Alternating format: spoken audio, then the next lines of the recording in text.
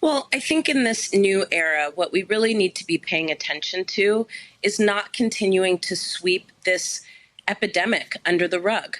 What we've seen for not just this past year, but at least the last decade, is that honestly, we're facing a situation where police officers and law enforcement in this country have more rights and more protections than the civilians that they are sworn to protect and serve. And that, in and of itself, is a tragedy.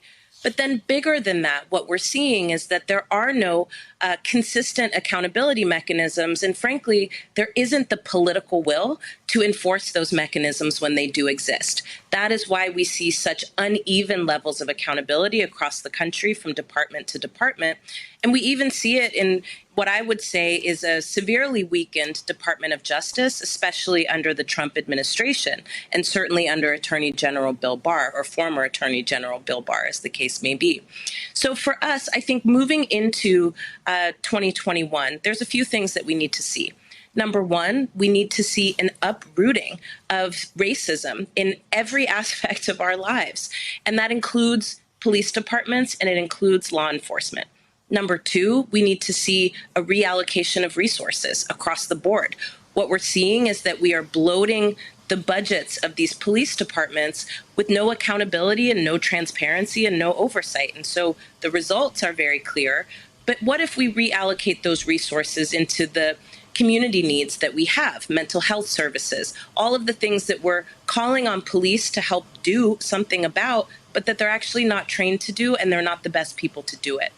And then thirdly, I think what we really need to see in 2021 is strengthening of oversight mechanisms, whether it be at the federal level or whether it be in cities and states where most law enforcement policy, right, is actually developed and implemented. Amazing that you've laid that out as clearly as you have. Numbers 2 and 3 are political. They can be done. Number one, uprooting racism. We've been trying to do that, I suspect, for a very long time. What does that involve? That's not just about having a Biden-Harris administration. That's a bigger thing. It is, but it's important for the Biden and Harris administration to actually take this on as a core component of their administration. The problem here is that too often the way that we talk about racism is that it's about mean people being mean to people. And that actually is not racism. That's just people being mean.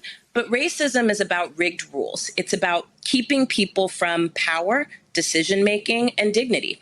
And we see that in systems across the board, whether it be law enforcement, whether it be education, whether it be healthcare, whether it be in our employment and in our economy. Racism is fundamentally about rigged rules that keep people who have been designed or designated as other from the things that they need to live well. And the Biden-Harris administration needs to make this a core component of their agenda for their administration. And they, too, need to embrace this notion that racism is not, again, about people being mean to each other. Racism is fundamentally about rules that are rigged against communities that have been left out and left behind for far too long.